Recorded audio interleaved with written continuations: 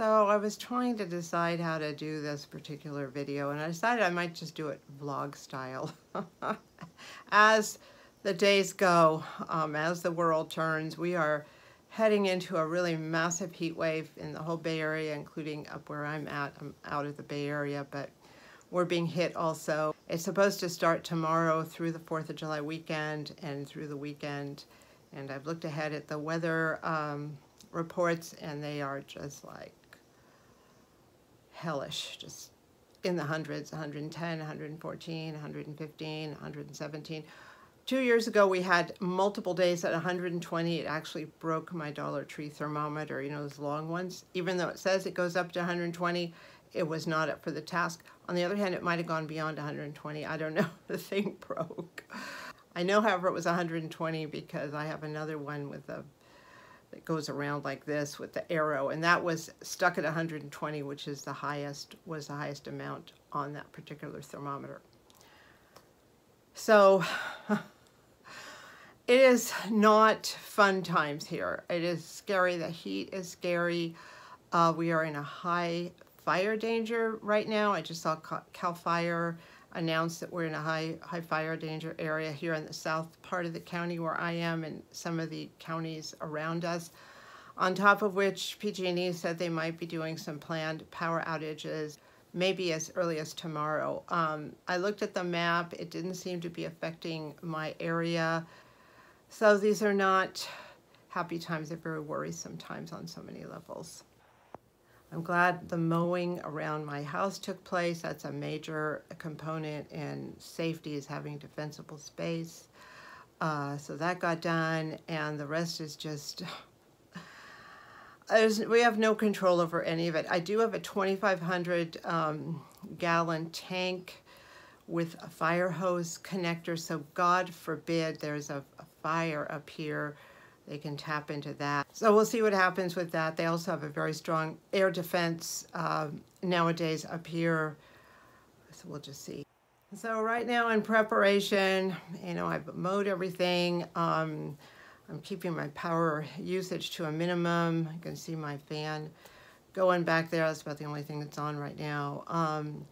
Just laying low. I'm doing some grocery shopping, but a very small amount of grocery shopping. I don't grocery shop a lot in the summer. Not only do I eat lighter, but because of these power outages we get, sometimes because of fire danger, I don't want my freezer or my refrigerator to be overstocked and then have to worry about losing everything. So I really keep things kind of down. For the winter, I will stock up because I need to have a full pantry in case, you know, there's storms or I'm sick and I can't leave.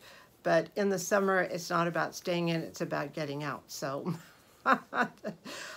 I swear, something else living up here, something else.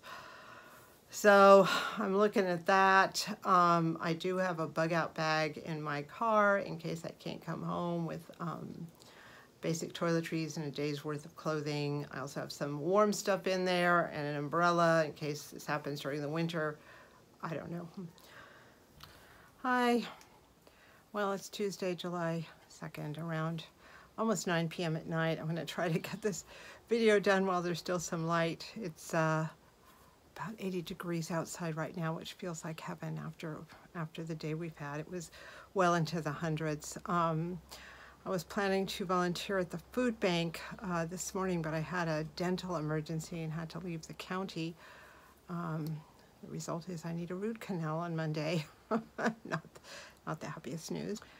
The one benefit is the county I was in was cooler than up here, so I spent most of the day down there and visited a friend, and it was very nice, even with the root canal news. So I was on my way back home, and I have to go up this mountain. I have to go over a mountain to get home, mountain highway.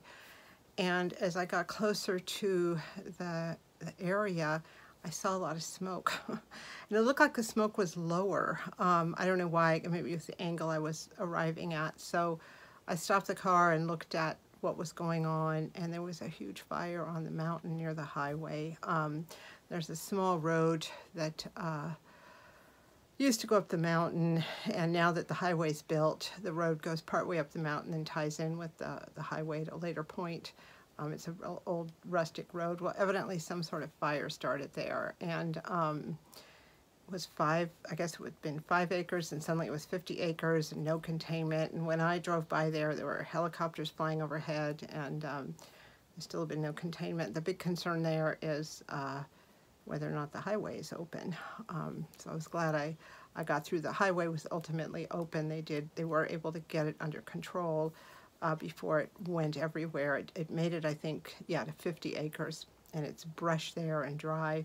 So it was a monumental effort. The way the road goes, you kind of circle the area of the fire, and at one point, one of the turns, the fire was quite close to that turn, relatively close. A few years ago, they had a huge fire there that just took out everything. I mean, the whole area of the mountain down into the vineyards, down into, it was this enormous fire. I think I'll put down below which fire it was. I can't remember. There were 2 fires that year, but the highway was closed for a week. They had to evacuate everyone who lived on the highway and everything, because it was just so massive. And this fire this afternoon, they did evacuations also. There weren't a lot of people living up there, but whoever was up there had to evacuate. It's quite rugged and it's quite remote, so it's just unbelievable. I mean, you hear about the major fires in the state, but there's all these little ones constantly erupting. We have not lost power yet significantly. I've lost power twice. Both times I found out about it after the power was back on, and they sent me a text. First time was last night. Some point in the middle of the night, the power went out, and then it went back on. And then today, this afternoon, I left the house. The house was very hot when I got back, and I went down and sat by the creek. And when I came back, there was a notification that the power had been off due to fire fears, and then they had turned it back on. I had heard that this was going to happen, could happen. So I had moved anything of value from my refrigerator to the chest freezer, which if the power does go out, the chest freezer keeps the cold so much better, and it's filled with ice packs and all that stuff. So,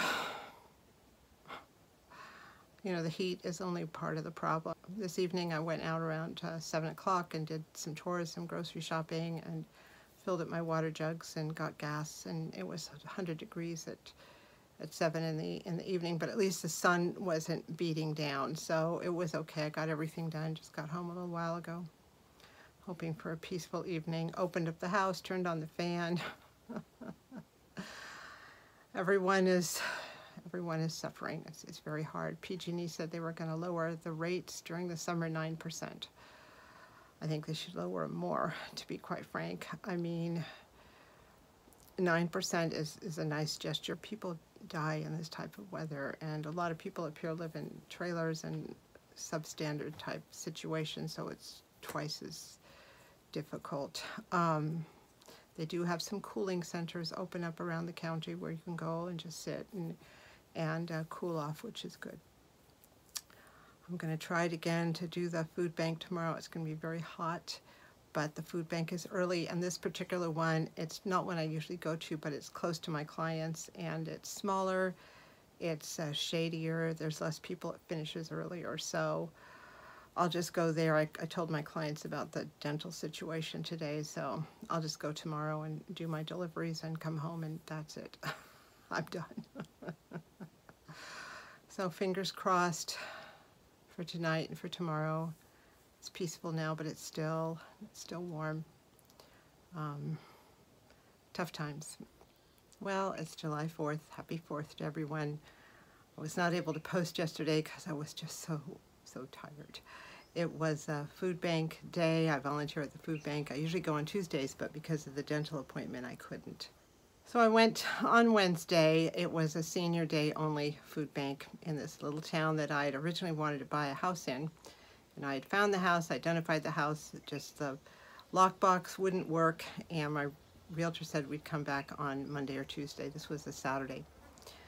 And the next day on a Sunday, a huge fire swept through the entire neighborhood, swept through the downtown, created hundreds and hundreds of evacuations, and just left a huge wake of destruction afterwards. was an arson fire, and the guy is in prison now. So that was 2 years before I found this house, and it was very disappointing, but I still love the town very much. So it's a small town. It sort of feeds from the east side of the county, and again, it's all seniors at this point, so that was kind of a different experience in many ways to do that instead of the regular food bank. So we're behind the fire station, and though it was very hot, it was shady there. There's some trees. We have the fire station on one side, trees on the other, and it's a fairly short food bank. The downtown is only about 3 blocks long. The side I was on is a flat area, so there's a little bit of neighborhood there, and across the street, the rest of the downtown is just a single row of shops and little restaurants and things like that, commercial buildings, and then the hill goes up. So I got home after my deliveries exhausted. It was very hot, but my clients were so happy to get their deliveries. It was worth it. I laid down for a little rest, and the Watch Duty app woke me up a few hours later. Watch Duty is the fire app we have here in western United States and in our county. And that little town where I'd been in a few hours before was having a fire right across the street from the fire station. I told you there was that line of buildings with the hill behind it. Well, the hill was on fire, and it necessitated evacuations, and it was finally resolved. But I think the evacuations are still going on because they want to make sure it's all cleaned up. But that went on for hours, and you know, every time there was an evacuation warning or an evacuation order, it rang. And I thought, gosh, if that had happened a few hours earlier, we would have had to have just abandoned the food bank, because we're right across this little street from the fire, and it would have been disastrous. There are a lot of cars there waiting in line and all that stuff. I know we would have all gotten out okay, but it was just, and with the memory of that other fire, which was 8 years ago, I'm sure everyone who lives there was very, very on edge. That morning, I'd heard that the fire that I told you about by the highway going back home was still going on. They contained it to a certain area, but they were having a hard time getting it down. Evacuees still couldn't go home, but it sounded like they've isolated the fire to a minimum area there. It's very hard when you're up in those canyons and all those trees. It's very hard to take care of that. But it sounded like it was under control, which is the best you can hope for. I also heard yesterday and also this morning that a lot of fireworks displays are being canceled in Northern California because of this huge fire danger in the heat. Here I think we have 1 or 2, but they're in the middle of a huge lake where there's no danger. Hopefully people are smart enough not to do that at home. I think they are. I think you could probably get arrested for that at this point. It's just so dangerous. A few hours later, early evening, the fire alarm went off again, and it was at one of the other highways going down off the mountain. And I don't know if you saw my video a few months ago about going to Ukiah with a friend of mine, and she was not that familiar with all the roads going in and out because she's only been here a few years. So when we went down one highway to get to Ukiah, and then we took another highway up to get back from Ukiah. And I told her, she was driving, I said, we're going to go both highways because I want you to know what to do in case you're ever in a situation where you can't get up the one highway, or you can't get in or out of the county because of a fire. You just have to know all of the inlets and outlets here. Well, the fire was on one of those highways, and it was on the more difficult highway, the one with a lot of switchbacks, and that goes down into a canyon areas, and it's pretty rugged. I'm not sure what the situation on that is right now this morning, but I'm sure it's okay. There were some evacuations, but it's not highly populated, so I'm hoping that that got resolved. I didn't hear anything new about it, so either it's been resolved or it's contained and they're just trying to finish it up. And then a few hours later, there was another fire in the county seat. It was a small one, 50 by 50 feet, and what I read on the app is that they were trying to move spectators away, so I'm not quite sure what that was all about. You don't always hear the cause of everything. So I did not expect this little vlog when I started it to be a fire vlog, but it is certainly turning into that. So now it's 4th of July morning. I've just watered everything. I'm going nowhere. Just staying at home where it's safe. I like to be at home as much as possible during fire season, meaning not leaving the county too much or anything. I just like to stay close. So I'm staying close, looking forward to a beautiful day, and I hope you are too. That's where it stands right now. Well, it's July 5th, day after 4th of July. As you can see, it's pretty sunny out there. It's about 10:45 and close to 100 degrees. I got up early today. I had a list of things I needed to do. I wanted to make some breaded zucchini using the oven, so I did that. I made ice with the ice machine. I ran the laundry and put it out to dry. Mopped the floors, vacuumed, wanted that all done before it got too hot. So that's how I'm managing my days during this heat wave. I make a list the night before and try to get it all done early in the morning, especially appliance use or anything that's going to heat up the house. It's still hot though. Yesterday, 4th of July, was very quiet, which was wonderful. I was exhausted from volunteering at the food bank. Every time I look in the camera, I see that I'm sweating. I drink a lot of hot drinks in the hot weather because it helps you sweat. So I do that, but it's sometimes a little uncomfortable. I also drink a lot of cold drinks.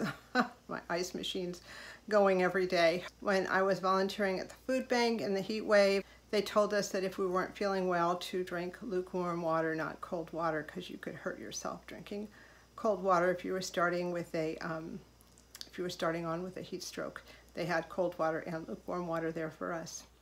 So the rest of the day is going to be very quiet until the evening. I do have some tasks for the evening, but not too many. Even if it cools down a little bit, it takes some time for the house to cool down too. That's sort of an overnight thing. I do have to go to the post office and take my garbage out. I was thinking about my food bank clients today and yesterday when it was so hot. On Wednesday, I believe I told you that I work for a different food bank location, the usual one, and this one is seniors only. When you're young, you have a chance to regroup and you have a chance to make things better for yourself, and you know it shows.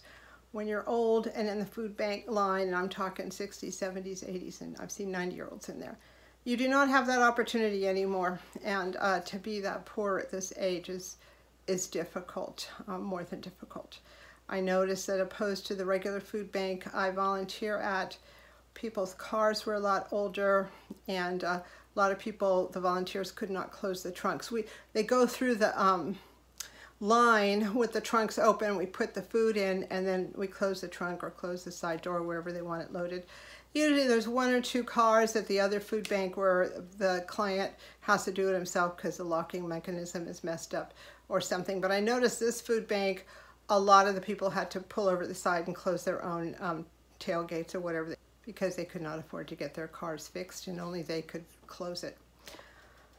Which is too bad. Even harder, I saw 2 men walk up. One was blind with one of those sticks and the other one had a wheelbarrow. They were loading all the food for both of them in the wheelbarrow. The guy with the wheelbarrow told me that they had a 1.5 mile round trip to get to the food bank and back. So at least the others had a car. These guys didn't even have a car. I don't know what they do about their senior boxes, because the senior boxes are another 30 pounds or so of dried beans and oatmeal and juice and canned foods. It looked like they just had what we were giving out, so maybe they come at another time. I don't know. It is something I think about. When it's hot like this, I wonder where these people are living, how they're living. Even the volunteers are concerned about keeping their house cool, and how they're going to pay for their electricity bills to do so. It is definitely life-threatening. So the big fire that I told you about that happened a few days ago up the side of the mountain to my house, I think it was July 2nd. Okay, today is the 5th. They finally let the evacuees go back home. They finally got it under control. So that was like a 4-day firefight. They did get it kind of into one area, but fighting fires on those steep mountainsides with all the canyons and all the brush are often a multi-day event. So gonna be hanging out here again today. I have my beads out. I got my house cleaned up this morning, laundry done, so I'm just gonna hang out and do beads and look at my plants. Well, it's January 6th, Saturday. I noticed in these videos, I was doing some editing this morning, that every day I get more and more haggard looking. It's like those episodes of Survivor where you know, the people are trying to get through everything, and then they have this little conversation with the camera. That's what's happening here, but no, I'm okay. Yesterday was very hot. I think it got to about 104 here at the house, but I didn't leave the house because other parts of the county was 114, 116. Yeah, I just did not want to get on the roads like that. Here, I'm a little bit of a higher elevation and it's a little cooler by a couple degrees. In the winter, I'm about 8 degrees cooler than downtown about a mile away. And right now, it's a little hard for me to ascertain, but probably 4 or 5 degrees cooler than the rest of the county. It doesn't mean it's cool here, though. Yesterday was very hot. Spent the afternoon resting and doing quiet activities, and it was very disappointing because in the evening we did not get that breeze that we usually get that cools everything off. There was a little bit of breeze in the late afternoon and I got all excited, but that was it. It was very still. I was up quite late because it was so hot, but finally fell asleep. The air got cool enough. I left the doors open and had the fan going, and I slept actually really well. Woke up around 5 a.m. and just did all my early morning stuff. I've made more breaded zucchini in the oven. I'm doing a hack with that Martha White banana nut bread mix, and I think that's going to be really delicious. I tried it this morning and put away my laundry and did editing because the computer works the best and the internet works the best at the crack of dawn. And I'm going to go out and water in a minute. And then it just slides away. I told you about a fire a couple days ago, the day of the food bank, the little town where the food bank was located in. There was a big fire there in the afternoon in that town. Turns out it was sparked by weed eating. A lot of our fires here have been sparked by weed eating. And somebody was arrested. I think they're just misdemeanor counts, but it's sending out a message. CAL FIRE does have hours of operation when it's best to run a weed eater and any sort of machinery in these heat waves, and it's worth looking at that. This time was the first time I had hired somebody who was licensed and insured to do my weed eating here and clear off my property. I just felt it was important to shift liability. Having a hard enough time with insurance without creating more problems. And I understand that people are weed eating out of concern for fire danger, but if you're doing it at 3 o'clock in the afternoon in a heat wave, not going to work out. I do have a small weed eater earlier this year.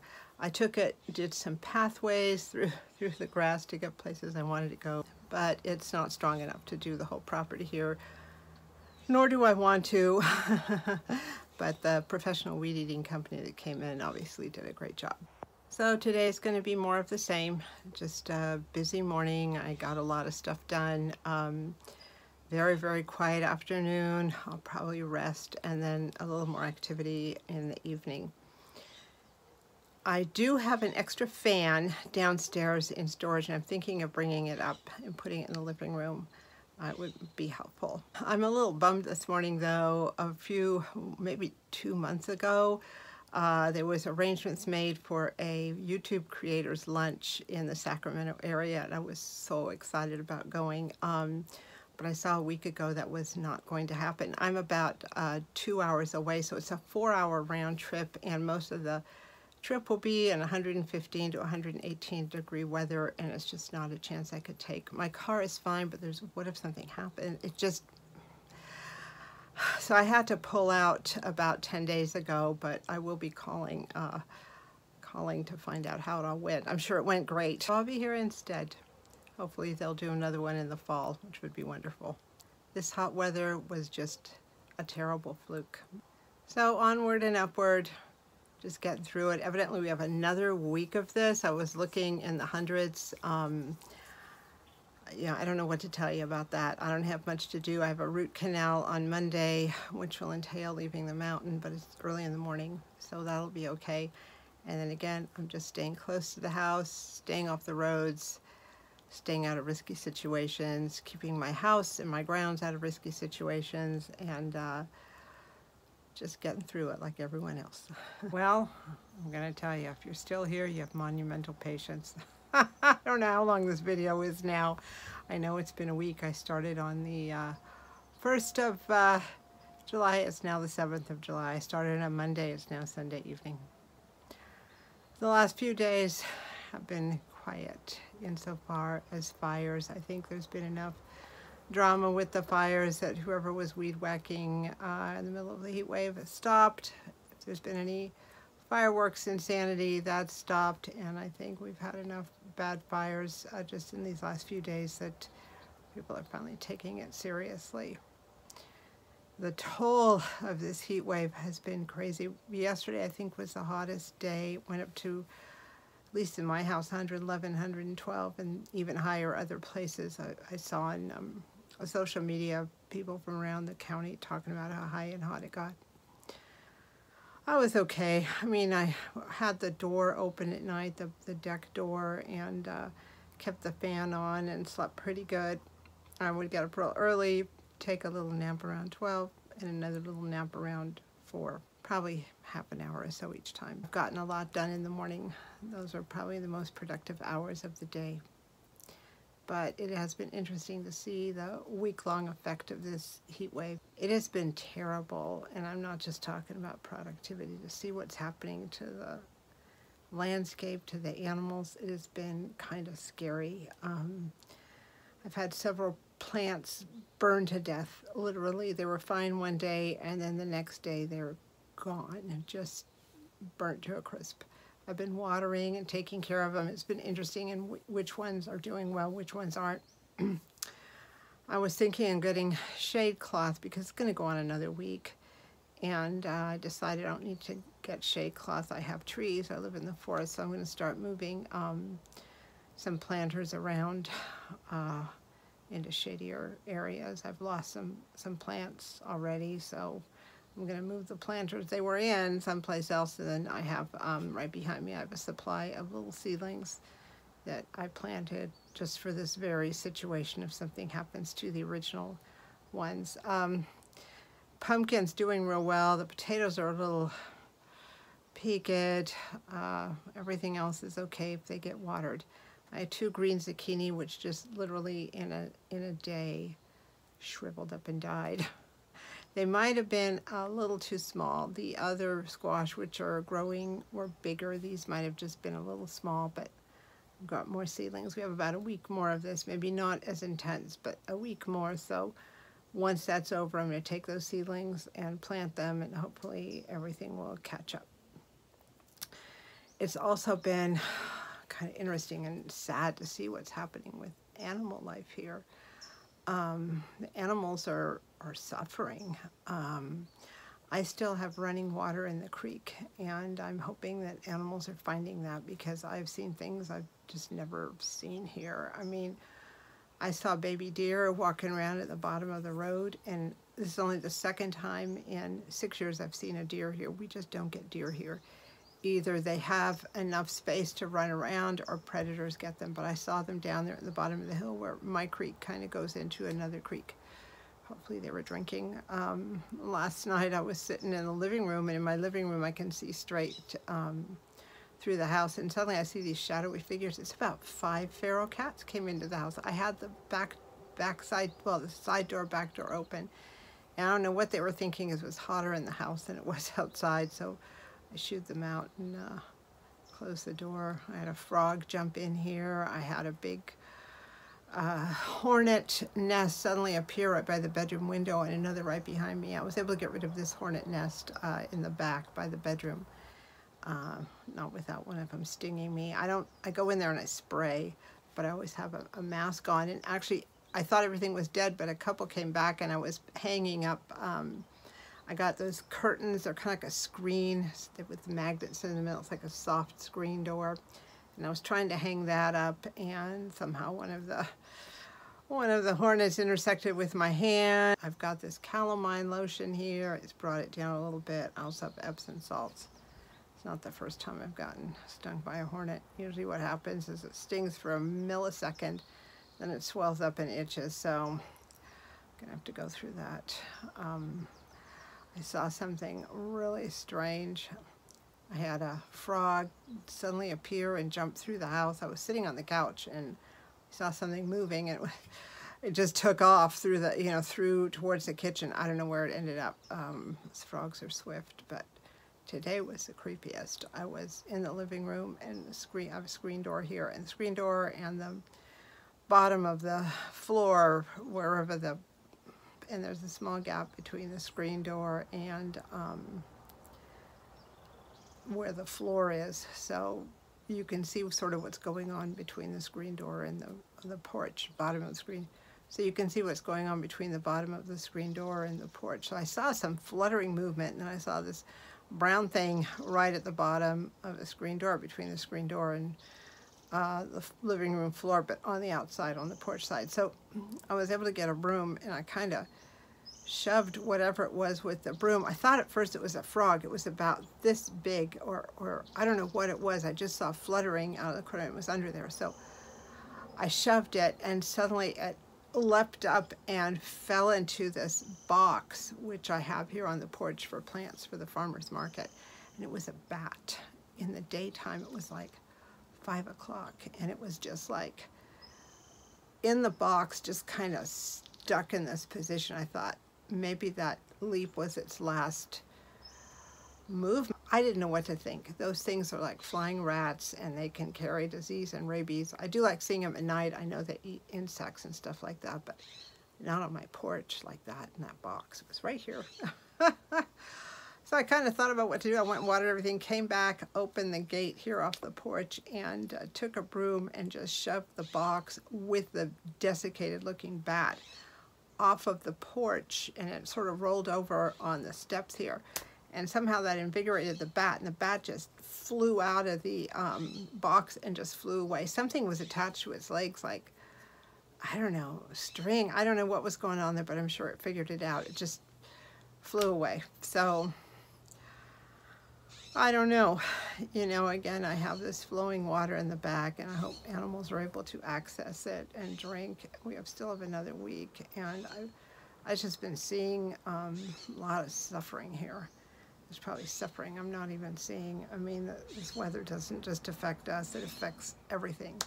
Plants, animals, birds, bats. So, looking to a new week. I'm going tomorrow morning and having this root canal done on my tooth. Very unexpected and very expensive, but I gotta do it. Then I'm gonna come back right away. The county I'm going to is actually cooler than this county, and it's the first thing in the morning, so I'm gonna drive down there, get it done, then come back up and just stay here. Hopefully we will see a little drop in temperatures. I don't think we're gonna see a lot, but something. I'm just gonna have to get through it. So I want to thank you for hanging in there with me this whole week. Actually doing this every day has helped me get through this. That's where we're at right now. Wishing you a happy week and a cooler week, and a better, more manageable summer than we've had so far. Thank you so much for watching.